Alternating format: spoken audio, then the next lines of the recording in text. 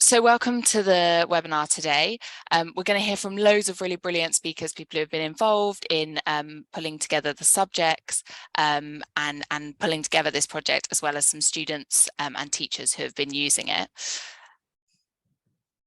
So just to give you a rundown of what we'll be talking about, and to give you some introductions, we'll first do some welcome and introductions, then we will hear from some students, so some Teach the Future volunteers around why we've done this project and what it means for them.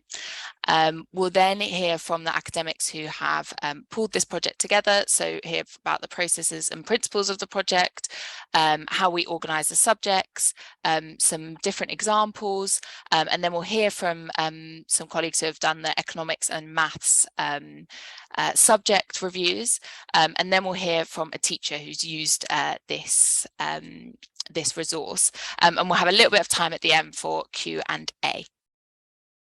So without further ado, I'm going to pass over to the brilliant Liv and Charlie, who are two of our Teach the Future volunteers, to talk a bit about their view of track changes. Hello, I'm Liv. I've been a Teach the Future volunteer since about October last year. And I think one reason that I really joined the campaign was, so I'm 16, and the sort of education that I've gotten whilst I've been in secondary school hasn't been to what I would have expected and what I would have wanted. And whilst there's not a lot I can do about what I haven't had, I want to be able to make it so children across the country can get the education that I wish I had. So Teach the Future, it's a student-led campaign that's pushing for more climate education within the curriculum, and that's on all levels. So in the past, we have our climate education bill that we're still working towards. We've got track changes, obviously, but we've done so many projects working towards creating climate education in all aspects of the curriculum. So we have our sister campaign, Teach the Teacher, which focuses on making sure teachers feel like trained and aware of the climate crisis and how to teach it. So we've been doing lots of brilliant stuff, and track change is only a part of it. But we haven't seen the action that we need to see from the government. In the past, we've seen like the DAB's new strategy, stuff like that, but it's not the change that we need fast enough. So we took it into our own hands to create our curriculum for a changing climate, where we used the track changes methodology to sort of review the curriculum and add in bits where you can add more sustainable topics into the curriculum without adding a huge workload onto teachers. So it's just a very easy way to sort of put the climate crisis into the curriculum without, again, putting a huge new workload on creating new lessons for teachers, but also not overwhelming students and sort of making them scared of the crisis, because if we're making students scared of it, it's going to be harder to make progress. Hi, so I'm Charlie, I'm 15, and I've been a Teach the Future volunteer for a while, and I'm now a student staff member. So yeah, like Liv said, track changes is a really good way of giving some concrete, rather than just asking for improved climate education, we're giving concrete ways that that students can be properly prepared to tackle the climate crisis. So what I've found personally is, like a lot of us, our education is really problem-centered. So we learn about all the issues with the climate crisis in geography and science, and how it's how it's going to really negatively impact everything. We don't learn enough about the solutions and about like how we can actually stop it, and that's what's causing a lot of climate anxiety among students. And ultimately, the world is going to change quite a lot, so we need to be properly equipped to deal with these changes, to deal with new jobs, and this. Yeah, that's kind of what I've found, is that my education isn't preparing me for the real challenges. It's just teaching climate in a very abstract way with all the problems, and not relating it to what I can do to make difference. So with track changes, I've also managed to talk to a lot of my teachers in school about what we could do, so the subject leads in geography and science, and we found it really helpful to have everything laid out. And so, like Liv said, it's not a huge workload on teachers to have to come up with whole new lesson plans for climate education, because it's all laid out here. Yes, so we're I think it's a really useful project to make progress and to show how we can change properly the curriculum to be more climate focused.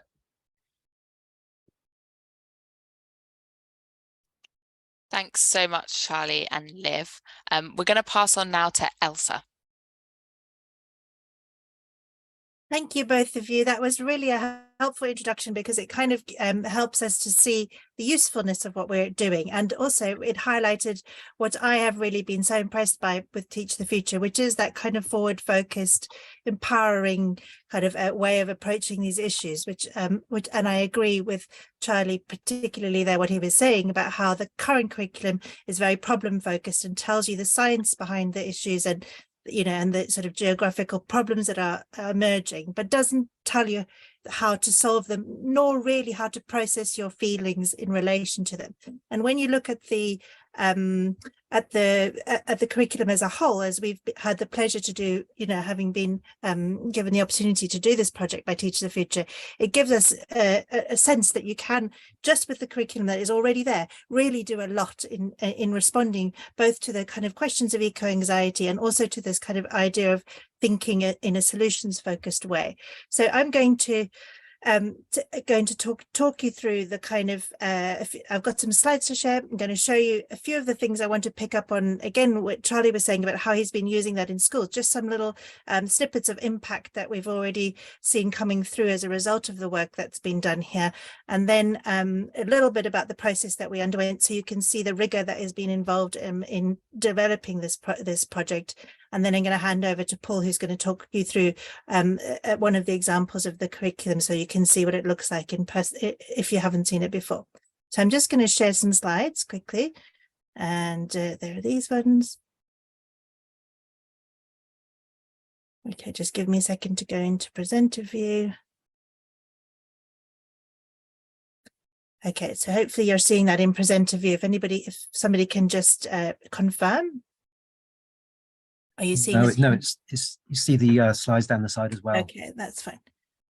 Oh, there's so many things on the screen. I can't actually get to the bit which to, let me try one more time. There we go. Okay, that's fine. Thank you. Great, thank you. All right. So as I've already talked about all of that. Okay, so let's skip to the next slide. So this something that we literally just when we were preparing for this talk, we thought, well, what are the ways in which this is already emerging and already having impact? And yeah, so I just sent a quick email out and asked people to tell me how they were using it.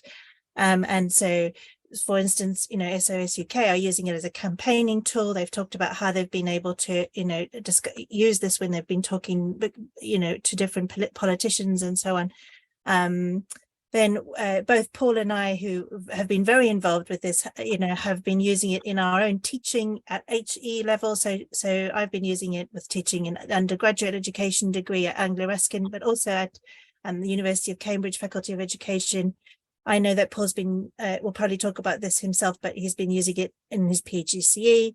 We know that it's been helpful to teachers. We've had feedback from teachers, and one of the speakers is going to talk about that as well.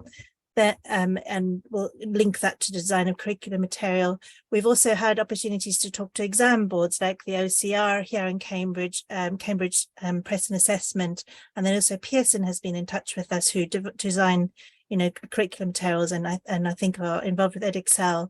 So you can see that the kind of, and that was literally, I asked 5 people. So I wanted to also use this as an opportunity for any of you who are already aware of this to tell us a little bit about how you've seen the impact of the work. and I won't go on about that, but one of the other things that we've done is also work with a particular local council to talk about how it might be used with a group of different schools. You know, whether that goes ahead or not is a different question, but just having those conversations is really important, isn't it? Okay, so so I will send a link to this form where you can fill in where you might have been using this previously. But okay, so just a little overview of the way that we went around doing developing this work.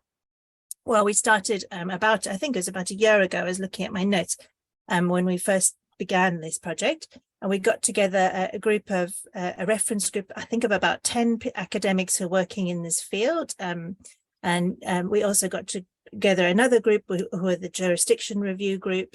And then we had subject specialist teams. So we basically worked in these, we had a kind of team of people who are managing the project, which is myself and Paul and Alex Catallo, who's not here today, but has been absolutely central to the work. And then we convened a group who are kind of our advisor board, which we're calling the reference group, another group who are a jurisdiction review group who come from, you know, Scotland, that should come up, Scotland, Wales and Northern Ireland. To give us some advice about what it's looked like in their contexts, which are obviously within Britain, but not in England. And then we convened these subject specialist teams. And so you can see that there were about 40 people altogether involved in the first round, and then another about 10 people in this, or probably actually more like 12 or 15 people in the second round. So it's not that, you know, and the subject specialists were really the people who did the work on the curriculum, and then either Alex or Paul or myself would go along and sort of be part of that group and you know, help to record and maybe provoke some questions every now and then. But the main work was done by the subject specialists. So that's kind of important. And out of that work came some guiding principles that I'll show you in a second, a jurisdiction review report, which is you know, available on the website, and then the executive summary, and also, you know, the actual documents which refer to the subjects which have already been reviewed. Okay, so we've been through English, art, history, geography, maths, business studies, economics, modern foreign languages. I think that's all of them. Oh, science and geography. Okay, so I'm going to, oh yes. And I just wanted to just highlight that, you know, Paul and myself and Alex are kind of the face of this at the moment in terms of the work that's been doing. But actually, as you can see, we're really drawing on other people's energy to do this. So I just wanted to highlight that point there. Okay, so I'll move on. And Paul, pick up on some of this. Anything I missed, Paul, please feel free. So first, just wanted to highlight this because these principles were quite important in sort of guiding the direction of the way that the work was being done. And also they came out, I think, for me as a really useful output. So I just wanted to quickly point you towards them. I won't spend too much time on them. And also, I mean, in a sense, they're not something you haven't thought of before if you're interested in this space, but it is good to see them together like this, I think. So we had 10 principles in all. This first set of principles 1 to 4 are really about the kind of interconnectedness and the way these different ideas are linked together. You can see we have questions about systems thinking in here, that this is a moral question, so it's value laden. So if you think about what Charlie was saying about it being focused in science and geography, then that misses out the values and the morals. You need something like English or art or history to bring those questions to the fore, don't you? And then we've talked about it being interdisciplinary and transdisciplinary, which again is not something you won't have heard before. And then the second set of questions is the real focus there on the questions around you know, the need for this to be something that we think about as empowering. And so we've talked about, you know, being a solutionary's approach to the problems, and then at the same time, but also being sensitive and thinking in a caring way, not just about the planet, but also about the children and the students who are going to be involved in that learning and are going to take that forward into the wider world. Okay, so, and here we've also got this notion of action, capabilities for action, which I think is quite important. And then the last set of these 3 here, which are about the little and the large, in the sense that this is about transformation, but not necessarily big bang transformation. It can be very small steps. And I think Paul and I have experienced that over the past 20 or 30 years. People have been working on these things, and it has taken a very long time. And then in the last 5 years, suddenly things have really taken off, and we can see that change happening. So it's not just about the big things that happen, but also about the small things. And then it's also about community and about creativity and criticality. So that is probably enough about those principles, but I just wanted to point you towards them. And I'm going to hand over to Paul. Thank you very much, Elsa. Okay, what I'm going to do is share my screen now so that we can give you an example. But just to echo Elsa, thank you very much, Liv and Charlie, because you kind of explained exactly why you guys wanted this done. And it's been a pleasure to be able to do it on your behalf, to sort of facilitate all these different teachers, trainers, experts to come from their different subjects. I'm going to share with you the MFL, Modern Foreign Languages, not a subject I teach. So just to prove the point, it's nothing to do with me here. This is the people who came together to talk about modern foreign languages. Is that screen sharing yet? Should be. It's the green one, you got it. Yeah, no, it's just press. I've got 40 to choose. I've got too much open. There we go. So as we explained, if anybody's seen this already, you'll be familiar with the format. We're using the national curriculum, same typeface. We've just changed the blue. We've added a bit of green into it. It's not got the DFE coat of arms at the top of government. It's Teach the Future. So it's clearly not the national curriculum, but it looks a bit like it. And as you go through it, what it is the national curriculum. But there are changes afoot. So as you go through the national curriculum here, first thing you'll find is a curriculum brief, which we've added in, which is letting you know just in a snapshot, very brief paragraph, what we've done to each subject, just the core points about it. So in modern foreign languages, we emphasize that language is one pathway to develop intercultural understanding and appreciation of different places, their ecosystems, history and culture. Scope of study encourages students to build connections with fluid language speakers, both locally and in native language country, to support listening, speaking. So that's the usual stuff. Using the Sustainable Development Goals as a vehicle for discussion and as a shared lens through which to view our challenges and aspirations is encouraged. So you can see sustainability is written into this piece of the curriculum now in a way that it was invisible before. And you'll see something similar for each of the other subjects. And then you get into the actual content. And again, it is the national curriculum, but very clearly in bold red type, there are some additions. And so modern foreign languages, it's equipping pupils to study, learn, contribute. It's not just sit back and study.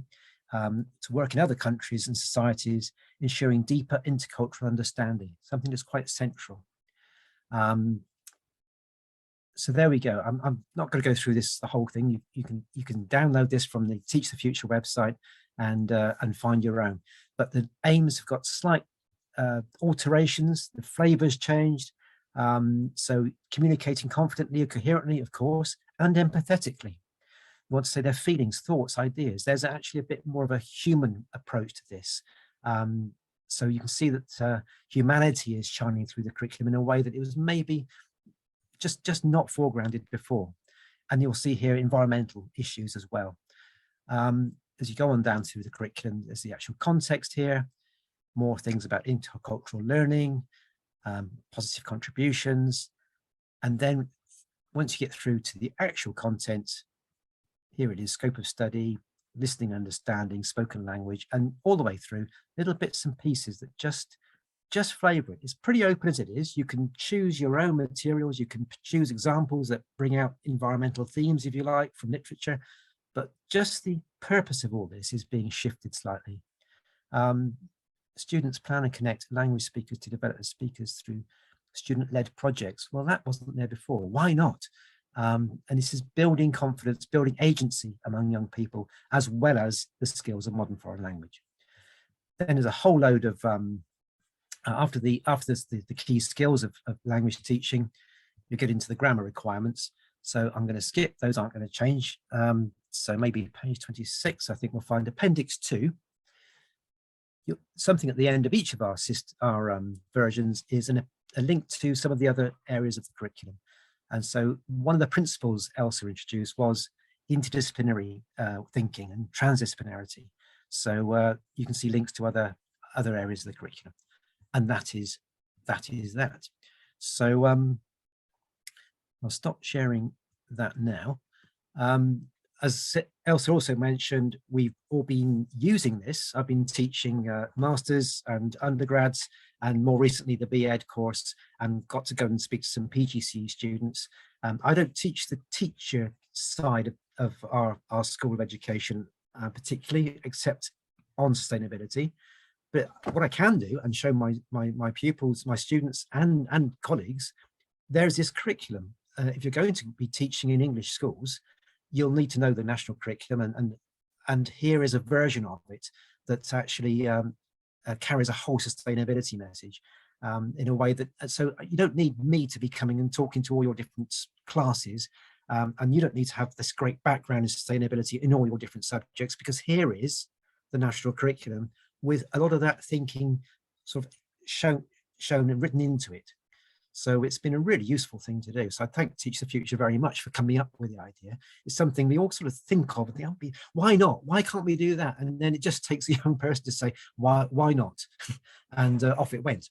So I'm not sure if I have any more to say. I'm going to hand it. Oh, Elsa, you're going to.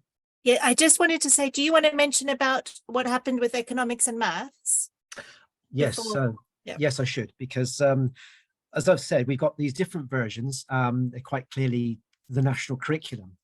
Now, what happened when we went to some experts in maths and in economics, people who already were experts in those fields, but also thinkers about sustainable development, said, well, that's all very well. You can tinker around the edges of the national curriculum, but actually the way it's conceived, the way it talks about our subject is just part of the problem. And we need to rethink it radically. So we thought, well, we're not going to stop you from thinking radically, take it and run. But what you've produced is a radically different version of the curriculum, perhaps one we'd all love to teach, but it's not as recognizable for the teacher who's just trying to just put a few things into their lessons. And we wanted to produce both. So there are two versions. You can go to the maths version, which is, it looks like the national curriculum with a load of changes. And you can go to the version which actually is a complete radical overhaul of the subject with sustainability in mind. And Jennifer is fortunately with us today to talk about the economics curriculum and what you've done with that, because I think you've got this radical version as well as the tamer national curriculum version. So over to you. Thanks.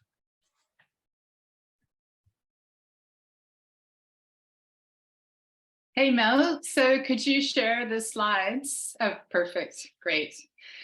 Yeah, so my name is Jennifer Brensbrook-Engelman, and I've been teaching and creating curricula for economics and business in secondary schools for more than 2 decades. And I'm really, really passionate about sustainability and getting sustainability into those subjects.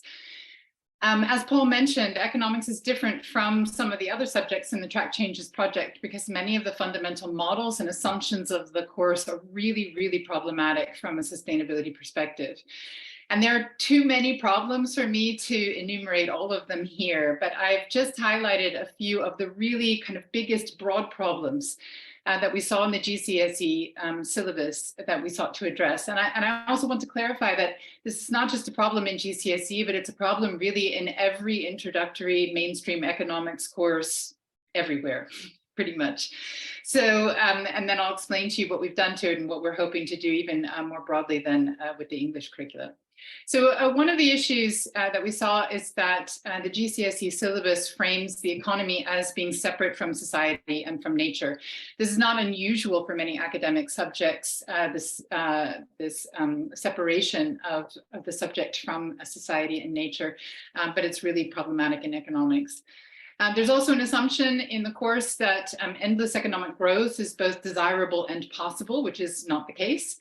There's an exclusive focus on markets and government, with much of the time being spent on markets, and neglecting the regenerative role of household care and of the commons in the economy.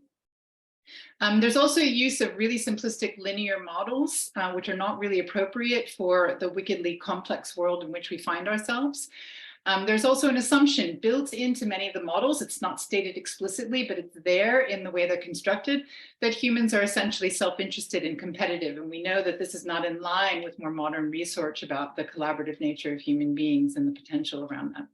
And then finally, as was mentioned earlier in the webinar, we were also really disturbed by the way the entire course is set up, so that the student has a passive role as a recipient of very narrowly framed information about the economy that is set to be regurgitated on a high stakes exam. So we can go to the next slide.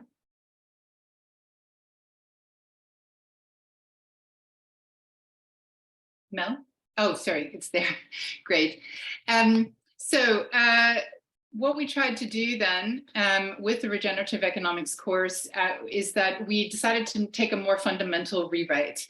And in order to do that, we contacted economist Kate Raworth, who's the author of Doughnut Economics, as well as other academics, researchers, and teachers. And we developed a completely new syllabus in regenerative economics. And this new syllabus does a number of really important things in the discipline.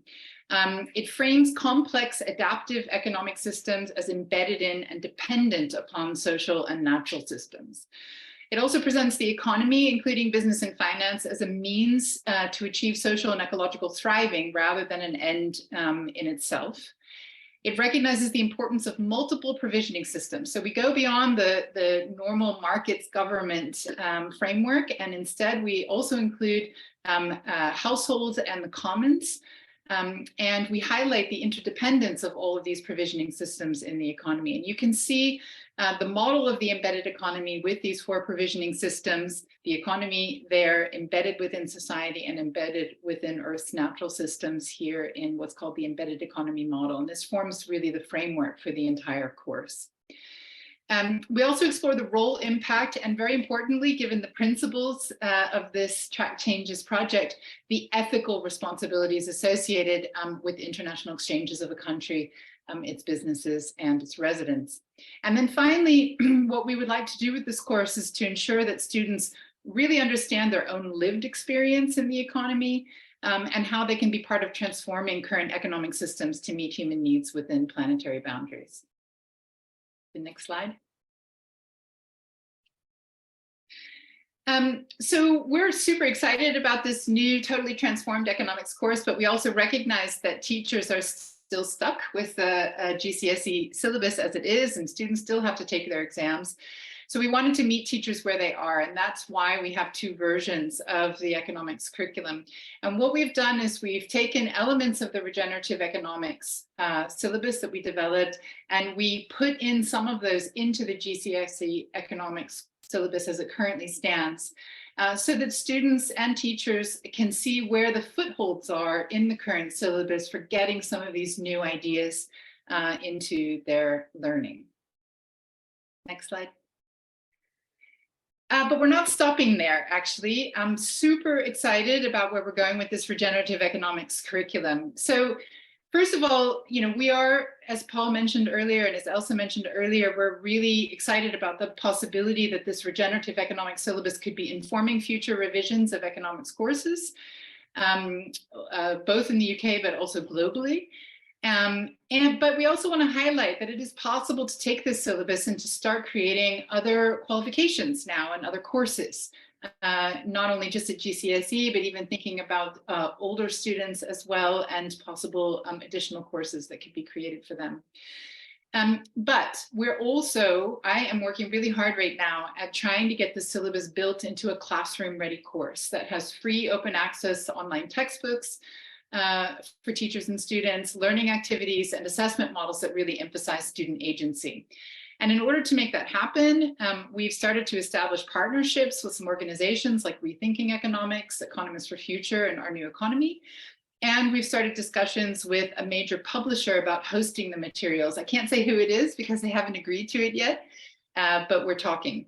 And we're starting also to approach funders from foundations to ensure that whatever materials we're able to create around this are going to be in the commons open access for teachers everywhere around the world who want to use this material. And to make this all happen, we really need your help too. We've written an open letter that your school can sign to show support for the development of this regenerative economics course. And with your support, we hope that this is going to help us secure the financial, technical, and institutional support to actually make this happen. If you could go to the final slide. So this open letter is now sitting on the Donut Economics Action Lab website as of this morning. It's posted in the stories section, and I'll also put the link to that into the chat. There's a QR code there as well, if that's helpful. Yeah, so please talk to your schools, see if you can get some signatures on there. The more signatures we have from any and all types of school where you are, but also globally, is going to help us secure the support that we need to make this happen. So thanks so much, Teach the Future and SOS UK, for making this happen. I've so enjoyed this project and really look forward to seeing what kind of transformations we can make in the future. Thanks. Thanks so much, Jennifer. That's really exciting. We're going to now play a video from Professor Alf Coles about the maths curriculum, because he couldn't be here today, but we're going to hear from him in a video, hopefully.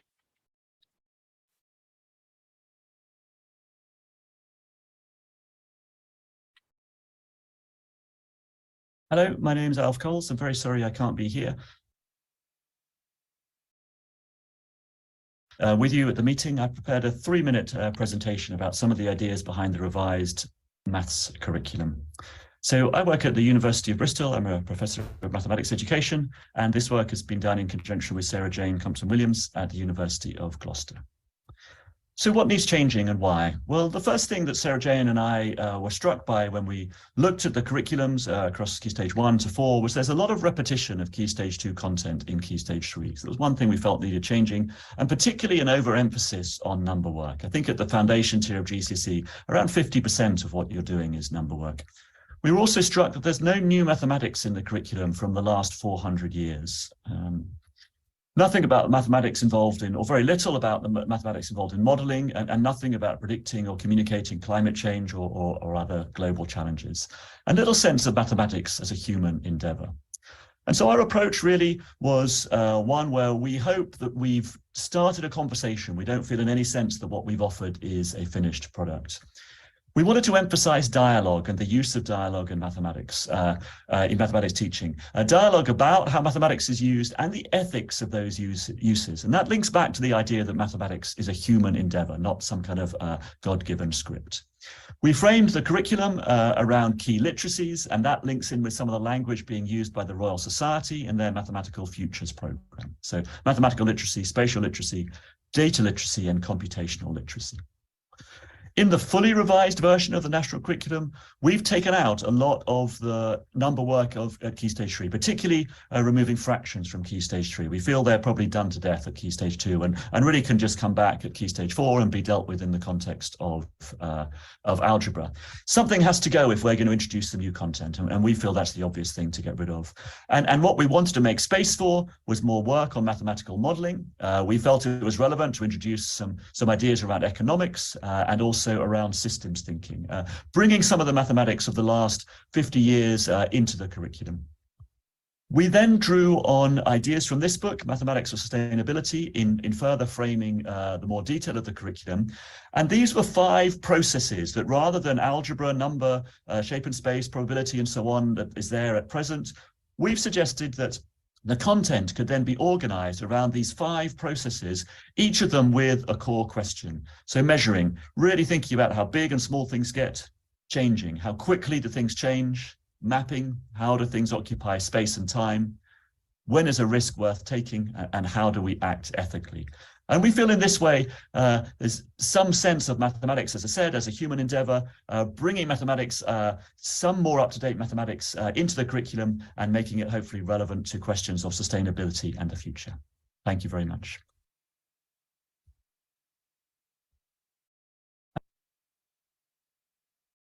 Great. Thanks, everyone. So that was Alf Coles talking about the maths curriculum. And we're now going to pass over to hear from Sarah Dukes to talk about how she's used this as a teacher in her school. Hello.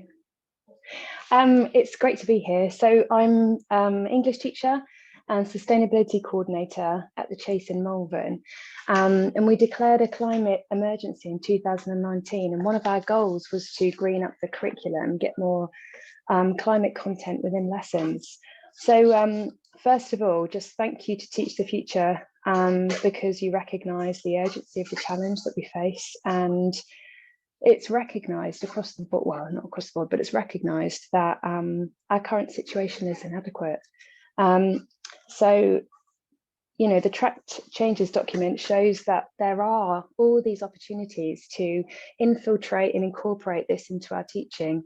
The main things that we're doing at the Chase is looking at how we teach the same skills and we have the content as a climate content.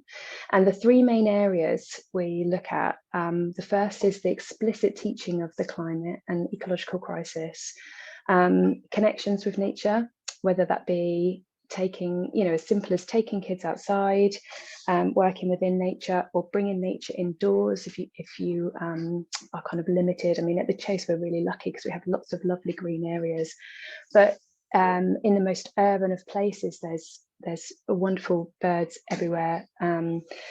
You can bring birdsong into the classroom, you can bring plants into the classroom. Connecting with nature can also be learning about nature, celebrating nature, that kind of thing. And then the third is explicitly teaching sustainable living. So we've been incorporating this, infiltrating our curriculum. And the first way we've done that is kind of thinking of Key Stage 3 and carefully considering our class reader and our choice of topic. And I've got far too many slides. I'm so sorry, Mel, but if it's useful, we can kind of send this PowerPoint out. The main things, as I go through the slides, you'll see I've taken the bits in bold red from the track changes review just to show examples of it in practice. But there's so many overlaps and so many crossovers. And I think the Liv and Charlie highlighting the teacher workload is so crucial because we're focusing all the time in schools. Everybody's so rushed, and really this becomes the beginning of a journey. So once you can infiltrate your existing curriculum with this climate content, you can then start to kind of build to a redesign.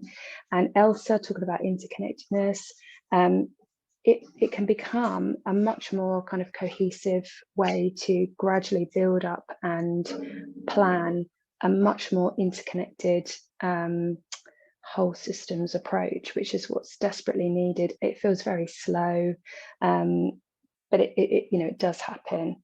If we can go to the next slide, brilliant. So the first thing we changed, year 8 class reader, we changed to, this is Nikki Singer, who's a climate activist and an author, and she does school visits, she's brilliant. And this novel focuses on a climate migrant's journey from the Sudan to the Isle of Arran in a not too distant future, focusing on a girl who's a similar age to the pupils in front of you.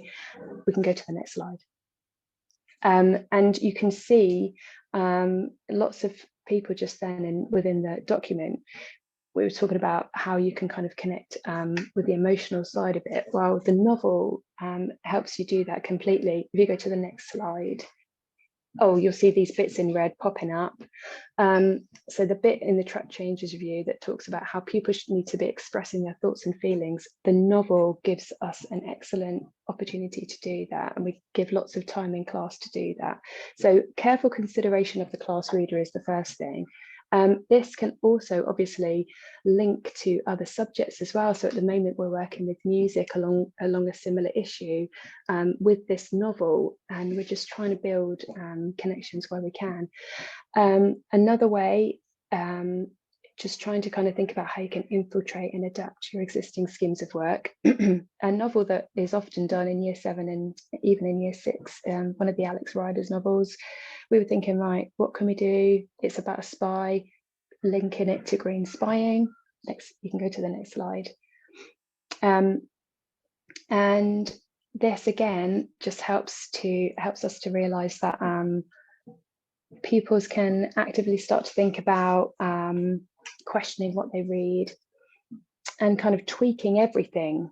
One of the most important things is also not only teaching the same skills, but thinking about climate content, but also writing for real audiences and purposes. So on the next slide, you'll see that the very typical teaching of persuasive skills can be done through using various aspects of the climate as the content.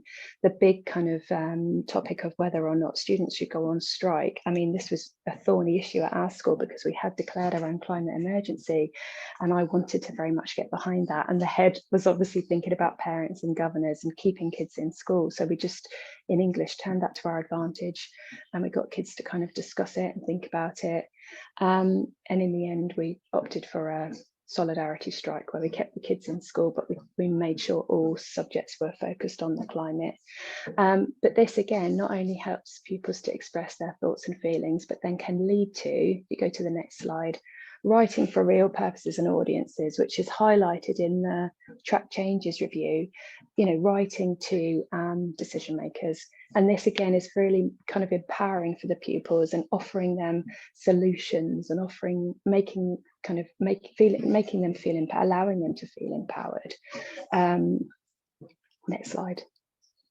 Again, Of Mice and Men, a really kind of typical novel looking at kind of mirroring the idea of migrant workers to environmental migrants to climate migrants.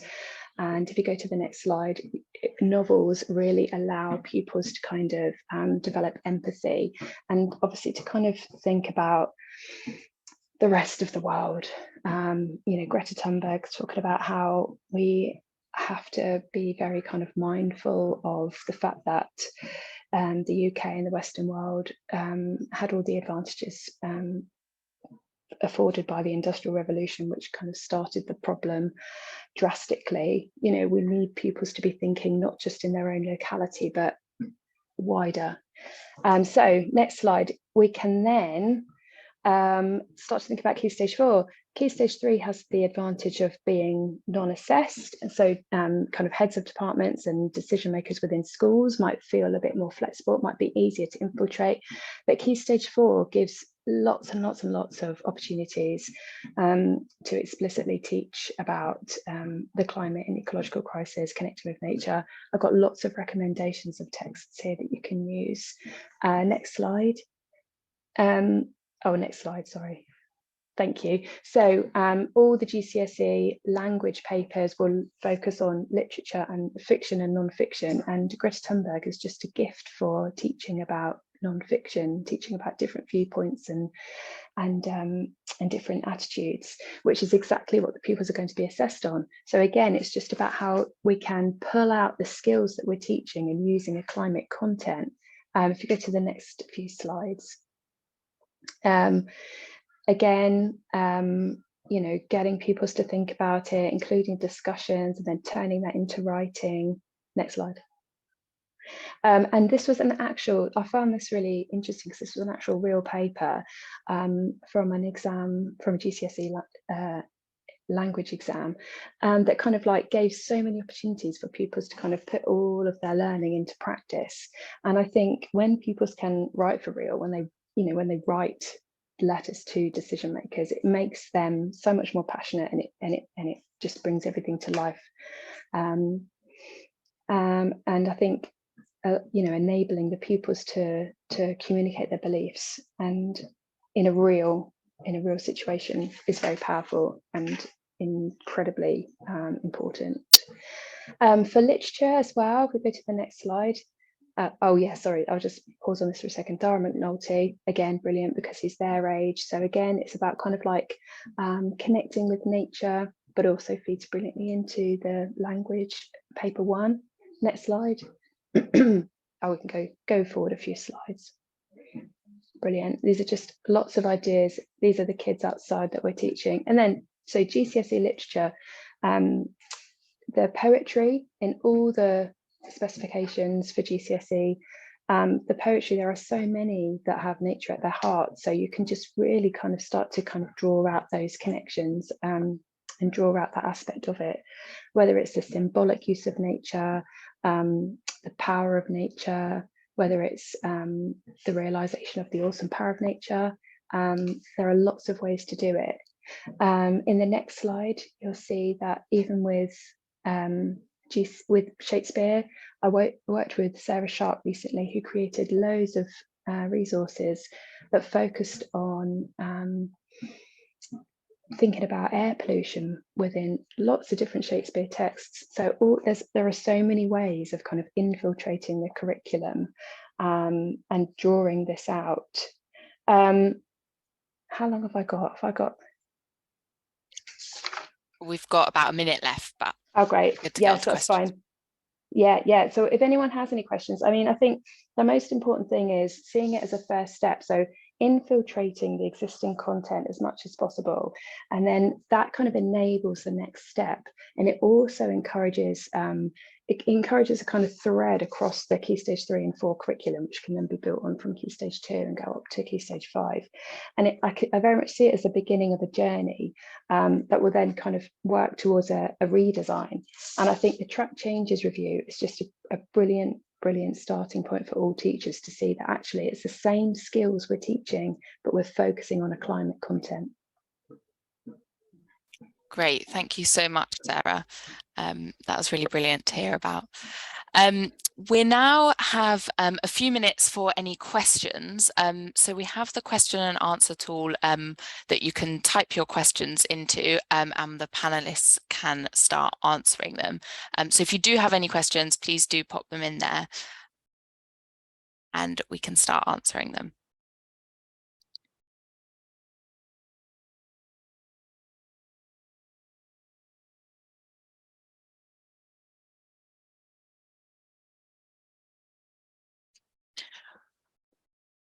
While we're giving you a bit of time to pop your questions in or think of them, I think we were just going to hear from Charlie on some of the future plans that Teach the Future have for this project. Yeah, so I mean, as we've all seen today, like this project has been really important. It's had lots of implications for teachers and students. We also, I also pointed out at the start, we're also using this as a campaigning tool to show the Department for Education how it doesn't take a lot of work to make a massive difference to like the experience of students throughout the UK. So our future plans then are just to expand this basically to go down to primary as well as Key Stage 3 and GCSE, and then after that to do more core A-level subjects, just so as many people as possible can benefit from this. Because we know obviously it's not just Key Stage 3 students and GCSE students that need to learn about it, it's everyone. So we're over the next few months, we're going to be trying to get more fundraising for that. And hopefully, yeah, we'll be able to expand this project further. Great, thanks, Charlie. We've got some questions come in. So the first one, how has track changes been used to support the design of the new natural history GCSE? And I think Elsa had an answer for that. So I have an answer just because I'm on one of the advisory boards for that natural history GCSE through my role with the National Association of Environmental Education.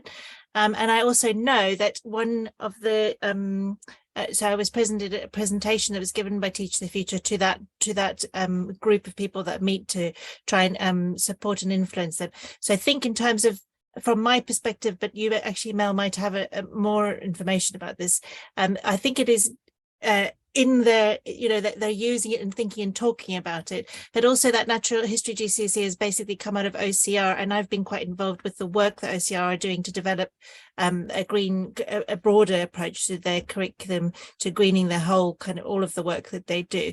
So it has featured, but I wouldn't, but I mean, it's not that we've been able to write it for them. They're really already thinking about those things very deeply, I think. I don't know if you wanted to add anything to that, Mel.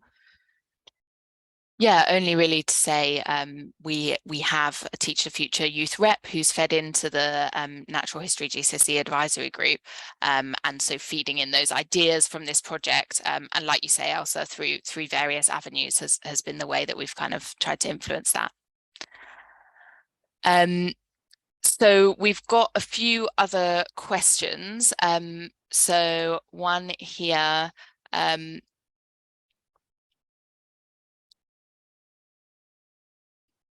How long did you take to plan and prepare this change in curriculum and finally implement it? I think, is that a question for the people, the academics who kind of pulled these together, or for Sarah in teaching this? We can maybe answer both sides. Yeah, sounds like Sarah's in terms of implementing, but we, as Elsa said, it's been actually was remarkably quick. We weren't given much time. We had it was a matter of 3, 4, 5 months probably to. We were falling over ourselves, doing everything at once to try and get them all done. And we had different groups working simultaneously. So it was a bit of a rush. So that's why we said, and we've always emphasized, it's a conversation starter. It's not the finished product. We wanted to get all those ideas tumbled out onto the curriculum, and then let's start seeing what we can do with that. And as Sarah's been emphasizing, it's starting a conversation in your school, or certainly sort of adding to it. But in terms of implementation, Sarah. Yeah, well, it's one of those things that I find it's simultaneously frustrating and annoying that it still, I think, depends on the individual teacher and whether the individual teacher is concerned about the climate enough to weave it into their lessons. And so ever since I became a teacher, I've kind of constantly been concerned with the climate and the state of our earth, and it's really sad. And it's, you know, that's why I think it's brilliant that Teach the Future exists, but it also makes me sad that you have to exist and that the leaders and change makers aren't doing what they should be doing. And so I think because in terms of how long it takes, I think because I was lucky enough to have one of the members from Teach the Future. I taught her, she came to the school, and she was instrumental in kind of provoking our climate emergency with the head. And it's when the head said yes to our climate emergency, I had this vision that he would it would lead from the top, and that there'd be lots of change within subjects quite quickly, but it doesn't happen like that. It's still, teachers and heads of department are still kind of focused on the priorities that come from Ofsted and from the government, and everybody is so busy all the time.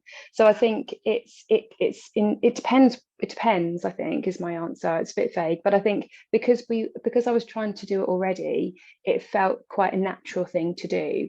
I guess what I would say is, whenever planning is changing all the time within schools, you're constantly redesigning lessons. So I think it's just a gradual process. And I think if you can just have those conversations that will instigate the kind of passion within teachers and the kind of the urgency that pupils have to learn about this explicitly and now, then it will happen quickly, and you can kind of forge those links amongst subjects, and it would be quicker because you can kind of have multiple teachers working on it at the same time. But I think the drive needs to be there first and foremost. I think it can be done, that the curriculum and Teach the Future show this. There are loads and loads of opportunities for it to happen explicitly. It just needs to happen quickly, and the passion needs to be there first from the teacher. Great, thanks, Sarah. We've also got a question which I'm going to pass to Liv and Charlie for. How are we driving these changes forward politically? I was literally just typing an answer to that, so that's really good timing. So we have our climate education bill, which recently had its second reading in Parliament. Well, I say recently, it was in January, but recently-ish, which basically makes climate education in curriculum forced. I think you probably read the whole thing online, but if you would like to support it, you can ask your MP to sign our EDM, and then you can ask them also to speak to, is it the Secretary of Education? Charlie, you might want to correct me on that one, to get them to support it as well. Yes. Yeah, that's all good, Liv. And then on Julia, your question, how we're influencing Ofwell and the DFE. So our bill would place requirements on those bodies and other education bodies to like properly enforce the implementation of climate education. So yeah, there's lots of ways you can support, but like Liv said, basically just emailing your MP. We're working on improving our template for that. So you can just on our website email your MP and ask them to support our bill. Yeah. Great, thank you. Just as we've got a few minutes, are there any other panelists that have any questions that they'd really like to answer? Jennifer? Yeah, Sue James was asking, are we finding more radical economics teaching at university level, or are they tending to teach traditional economics and so perpetuating the problem? If we can get change at school level, could this be a leverage for degree courses? So the answer is that it's very spotty. It depends on the university. It depends, again, just on individual professors. It's interesting because they have much more flexibility than we do to teach differently. But the problem is for many of those at that level is that they've invested their entire careers, all of their learning, their degree programs around a particular paradigm of economics. And abandoning that to shift to a new paradigm is very difficult, not only because it means kind of abandoning a lifelong work, but also it means sort of stepping out of your tribe. And I think it's very difficult to kind of get out of the social relationships as well. You know, you have those too. So I think it is spotty, it is happening, and there are groups like Rethinking Economics that are trying to push universities towards more progressive teaching. The old view used to be, well, if universities don't do it, then secondary schools can't do it because you know, they need to be feeding into that system. But I think now we're really seeing a shift. And many teachers are much more willing to make that shift, and that if it starts to move at the lower levels, I think we could see more radical change above as well. That's my opinion anyway. That's my hope. Thanks, Jennifer. Sarah? So I felt like I just gave a really negative answer to the earlier question. So can I just say, I'll just add to that. I've got loads of resources. There are so many resources out there that can help with infiltrating your lessons really quickly. And I've got loads on English in particular, but they're on the PowerPoint side, so we can get those sent round. So you know, there's loads of stuff to help teachers out there. Thanks, Sarah. We will send round the slides to everyone who's signed up to this webinar, as well as the recording. Paul? There was a question on FE. I was trying to answer it, and I think I deleted it. But just to say that with obviously FE, the different standards are set with industry and everything, and they're very complex. But there are professional standards that everybody has to follow in FE, and they're quite recently being redeveloped. And the Education and Training Foundation got involved in that, and they insisted on ESD being part of those professional standards. So they're actually ahead of the game in FE. You have to do a session on, or a program, or a module on sustainable development education in order to be a teacher in FE these days. So that's down to the Education and Training Foundation. Great, thanks, Paul. So we're at the end of the webinar. Just to say that there are a few questions in there also about how this is being shared amongst schools and teachers. And Sarah has really brilliantly created a form for people to fill in who are using track changes on the ground to share their experiences that we can hopefully pull together and share more widely. So I've just popped that in the chat as well. I'm just going to pass to Liv to close. Hello, so we've got a few calls to action before we finish. So as Mel said, there is a link in the chat to a Google Docs form about sharing your experiences of track changes. So if anyone has used it and wants to sort of say how we can improve the project, please do. And I think there's also another feedback form coming into the chat now, Mel? Am I correct in saying that? There will be a feedback form. There's not currently, but if you want feedback on the the track changes documents, they're kind of ongoing processes, then please do email us on hello@teachthefuture.uk, and we will be taking those on board. There will be a form on the website at some point. So a big thank you for everyone for coming along, and a huge thank you to all our panelists for speaking. And we really look forward to seeing how these are used and how these go forward. So thank you. Thank you.